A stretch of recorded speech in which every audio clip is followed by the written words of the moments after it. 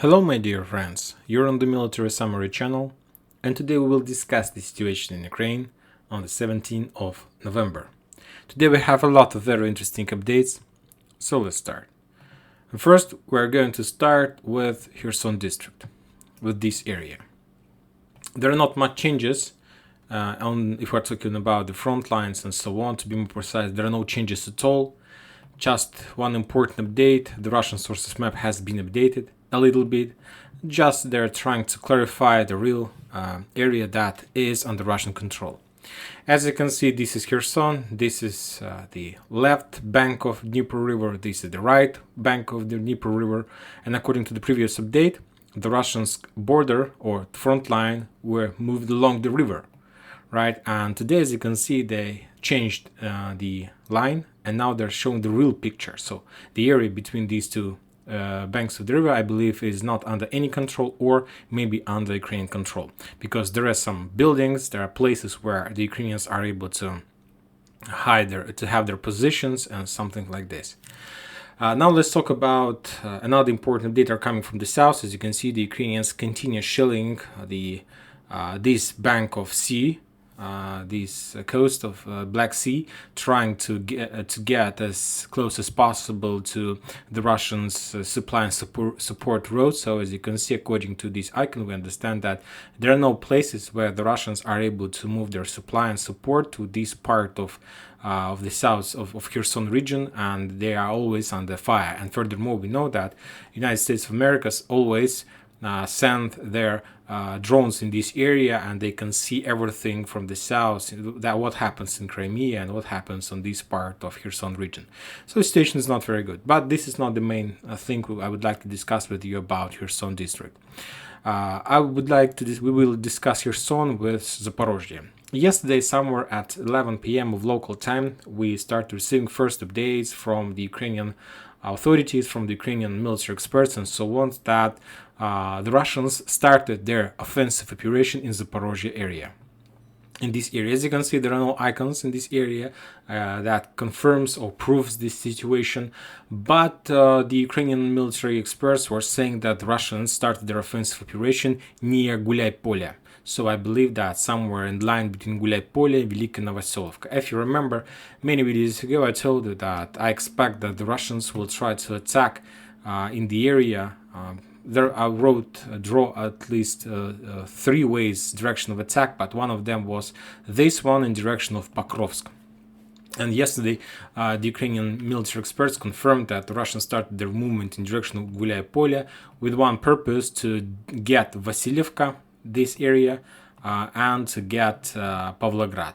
If we are talking about today, there were no confirmation about that, so no more improvements or updates. Maybe this situation, both parties are trying to hide this situation, trying not to reduce information as much as possible, because everybody understands that nobody wants to risk, nobody wants to lose their soldiers, their manpower, and furthermore, nobody wants the press to know about these facts. So even if there are some clashes, or even if there is some break penetrating operation from the Russian side in this area, I believe that the first updates we're going to see in a few days.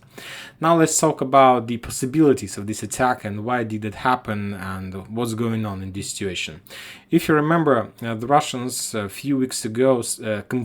week ago completed their evacuation operation from Kherson. They moved their army on this bank of the river, and if you remember, the Ministry of Defense of Russian Federation reported and gave us the real numbers about the forces that they managed to move from this bank of the river to this bank of the river. And the ministry, and according to that report, there were around 30,000 soldiers on this bank of the river, Russian soldiers, and the Russians managed to evacuate around 5,000 pieces of equipment, of armored vehicles, tanks, and so on. So imagine yourself, 30,000 soldiers and 5,000 armored vehicles, including tanks, armored infantry machines, and so on. So believe me, if the Russians were keeping such big forces on this bank of the river, that means that Ukrainians have almost the same forces on that side of the river as well. Near Snigirovka, Nikolaev, just like the same army, and I believe that Ukrainians had even bigger army than the Russians used to have on this bank of the river. Why I'm telling you about this? The thing is that the Russians crossed the river. They built a lot of pontoon bridges. I believe that there were maybe 5, 6, or 7 pontoon bridges, and during the week or two they moved their forces on this side of the river. And if we're talking about the Ukrainians, they were there. They didn't move. They decided to stay there.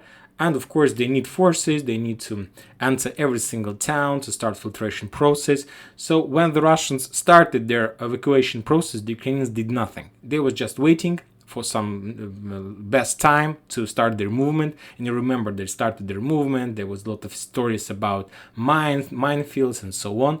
But what does it mean about the current situation? So the Russians had around 30,000. We can say that this is around 8, from 7 to 9 brigades, depend on the quantity of the soldiers. If we're talking about, let's say, about the number of 4,000 soldiers in one brigade, let's say like this. So that means that the Russians managed to redeploy around 7.5 brigades from Kherson district to Zaporizhzhia area in Kherson district. And the thing is that they managed to do this without any problems.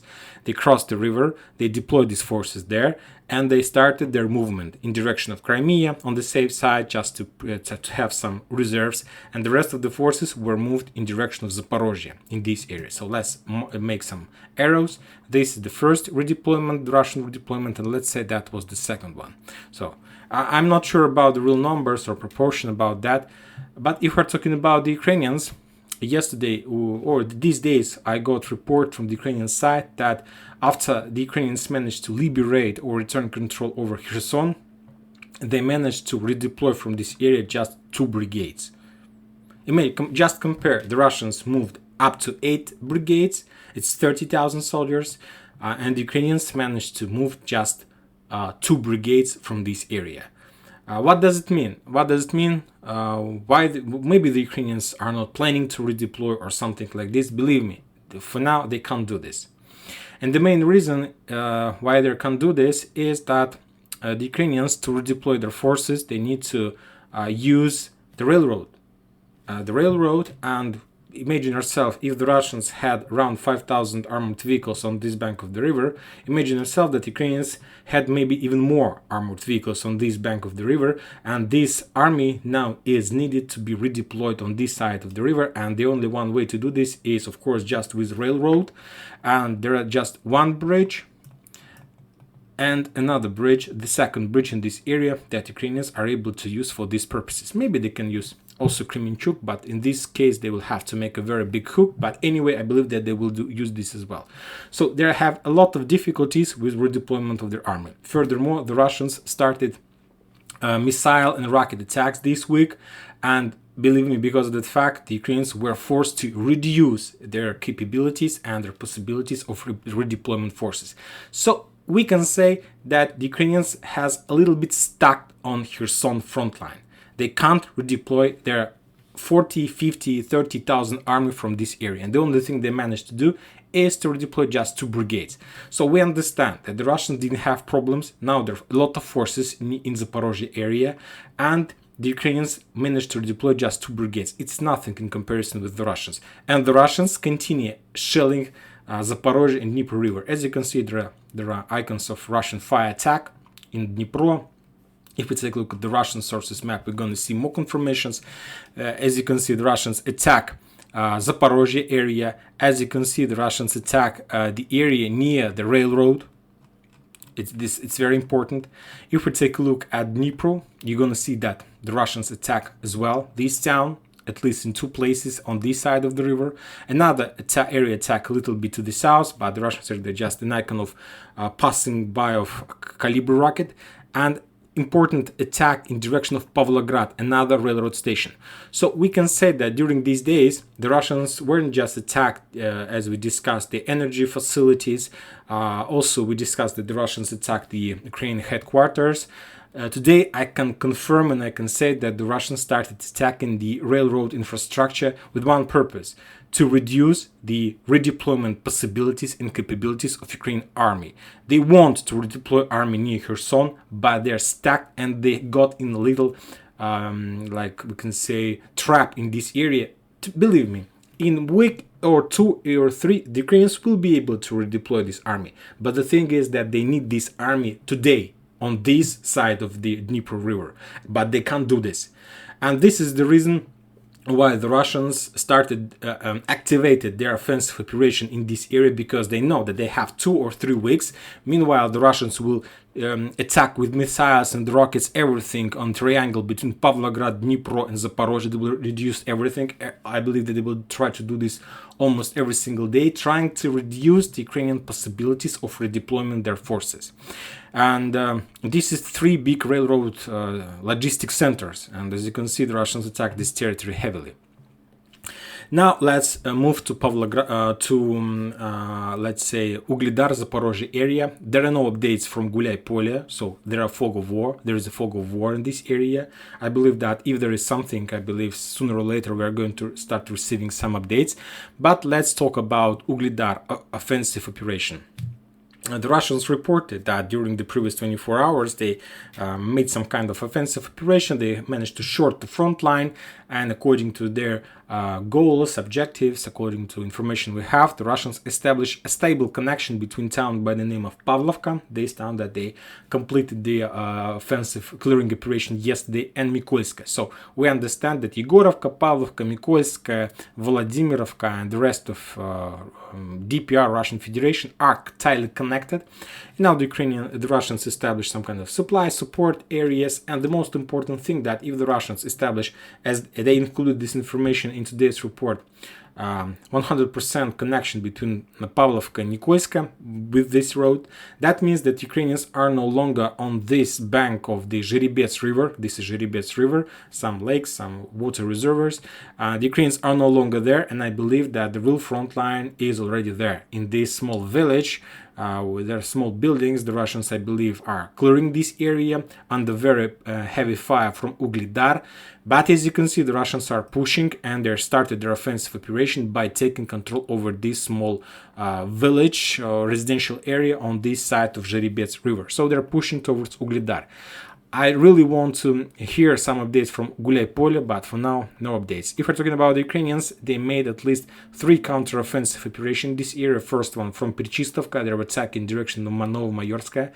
The another attack was, as we discussed yesterday, in direction of Stepnoye, of its railroad, Novo-Mikhailovka. So they're trying just to pin down the Russians, to pin down their reserves, not to allow them any development while the Ukrainians are doing their redeployment process from Kherson district towards Zaporizhzhia area. Now let's move to Donetsk. The front lines are stable, no movements, and there are a lot of movements, but there are no changes on the ground. The Ukrainians and the Russians are trying to reduce each other forces. For now, no progress from both sides. There were videos from Pervomaisk, how the Russians, there is some kind of tank battle in this area. For now, the Russians haven't achieved a lot of progress in this area. As you can see, according to this map, I believe that the Russian sources map shows the real progress of the Russians in this area. I'm not saying that this part of Pervomaisk is under Ukrainian control, but I believe that at least this part, till this part, is in the gray zone, and there are very heavy tank battles, tank duels in this area. If we're talking about Avdiivka, no changes on this front line on this side as well. Now we are moving to Bakhmut. Bakhmut, New York agglomeration front line, to this area. Let's move to the Western sources map, because we're gonna need to draw something in this area. Very bad news are coming, very bad piece of news are coming from the Ukrainian side. Very bad. If we take a look at the deployment map, you're gonna see that there are a lot of mechanized brigade in Bakhmut, a lot of special forces, and so on. But the main defense of this area is on the shoulders of 3 brigades. The first one is 53rd Mechanized Brigade, the second one is 2nd Mechanized Brigade, and the fourth one is 30th Mechanized Brigade. So defense is on the shoulders of these 3 brigades.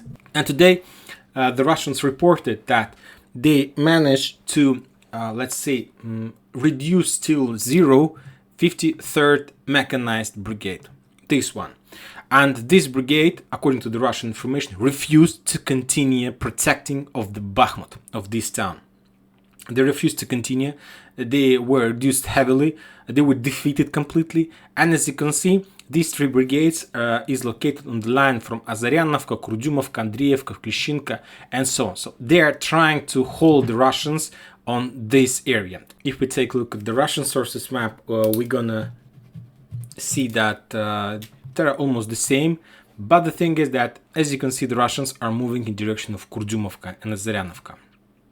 But for now, they can't attack this area, they can't develop their offensive operation in this area, as well as they can't develop their offensive operation in Opotna. And these things happens because of one thing, because of the Ukrainians are attacking the Russians from Klishchevka. So from this fortification, this is the area, as we saw, 53rd, 62nd Mechanized Brigade, mainly 53rd now are involved in these operations. So that's why they had so heavy losses.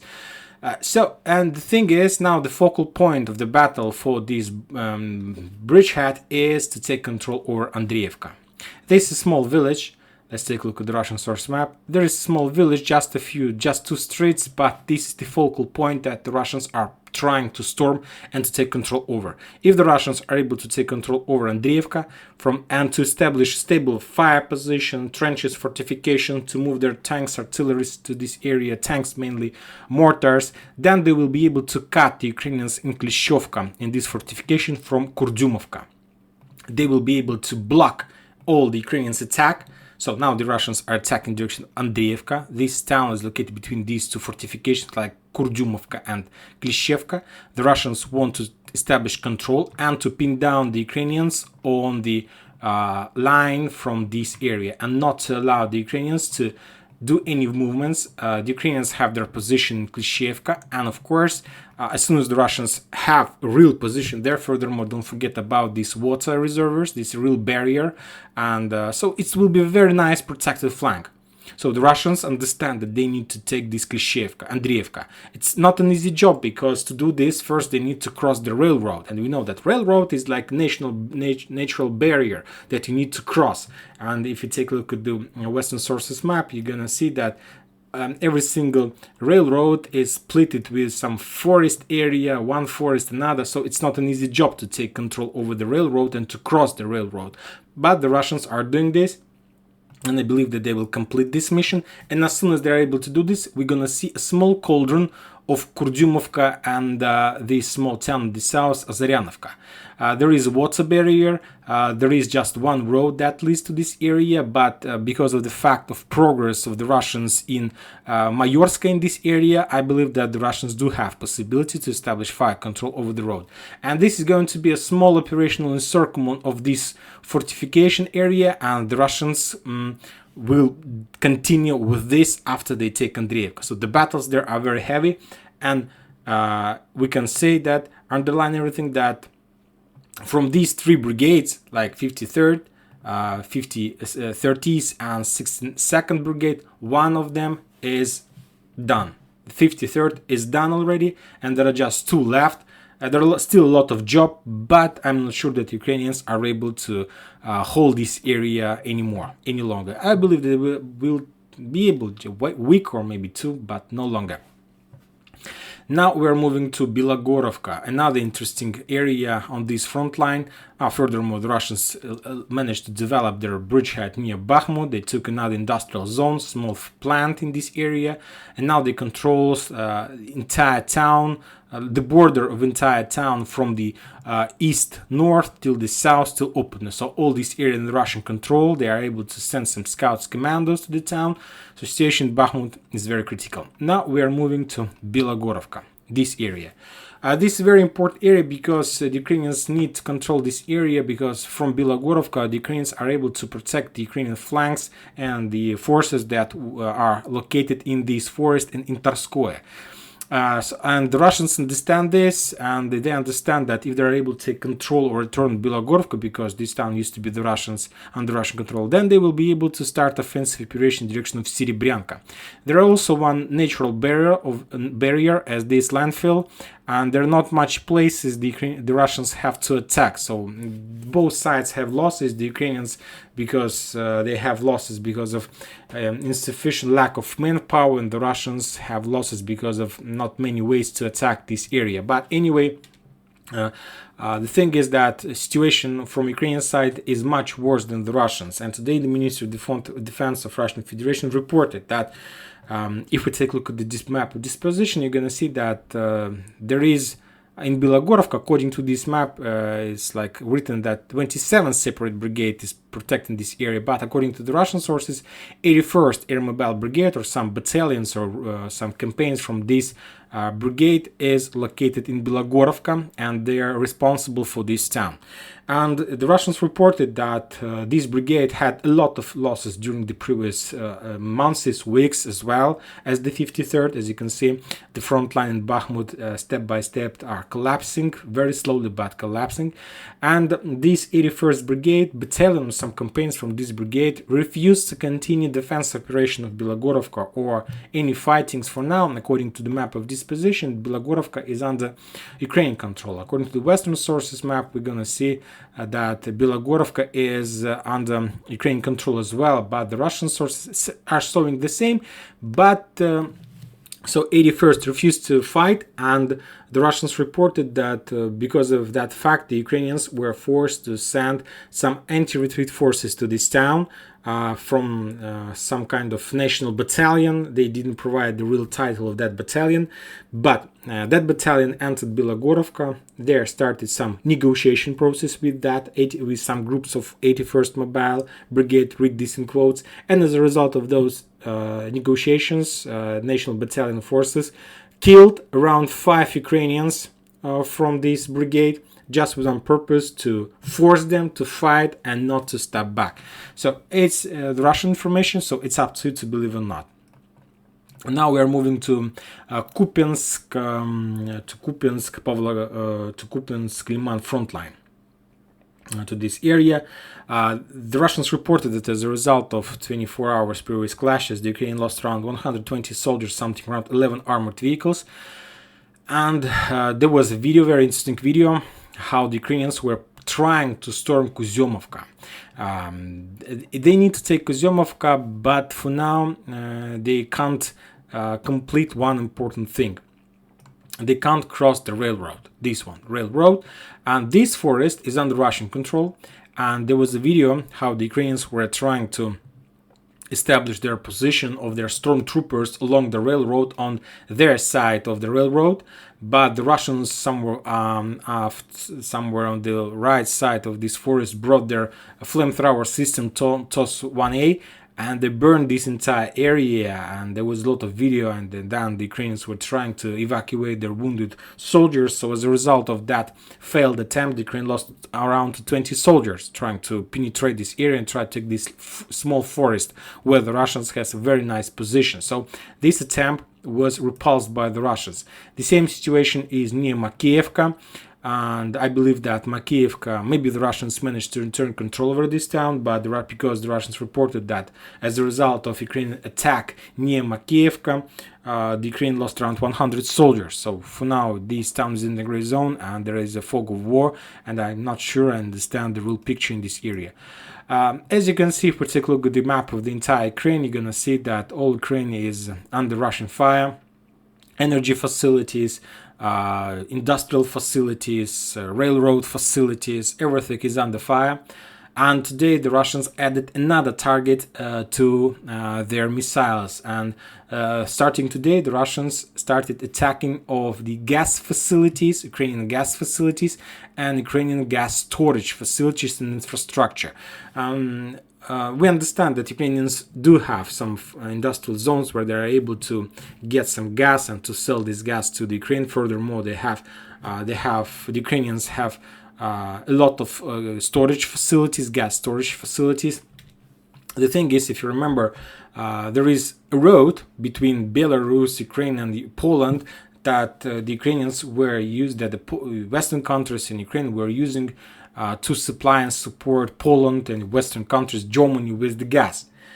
It's according to the documentation. But the real thing is that the Russians sold gas to Germany, let's say. This gas were moved through Ukraine to Poland, and then through Poland to Germany, and so on. But the thing is that this gas entered Ukraine, but this gas didn't leave Ukraine.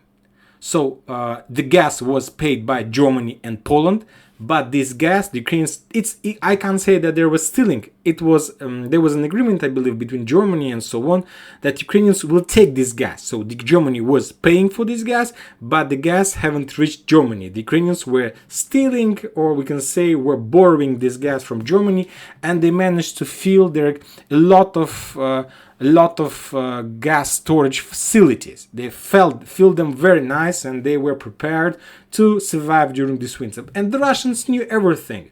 They knew everything, and they were waiting when the Ukrainians will be able to fill the gas storage facilities. And as soon as they did do this, right in front of winter, they attack facilities. The Russians are not able to, let's say, to get these facilities, to destroy the gas in these facilities, but at least they're able to destroy infrastructure that the Ukrainians are using to supply and support the entire Ukraine with the gas. So the Ukrainians will have gas, but they won't be able to use this gas. This is the tax that the Russians wants to achieve by that attacks and by that targeting during these days. Furthermore, the Ukrainians continue building the wall between Belarus and Ukraine, and today the Minister of Defense of Ukraine reported that they expect an attack from the territory of Belarus in direction of Chernihiv and Sumy one more time. And that's it for today. Military Summary channel reminds you condemn any violence in Ukraine. Thank you for watching. Subscribe to my channel, put your likes, join my Patreon, and have a good day. Bye bye.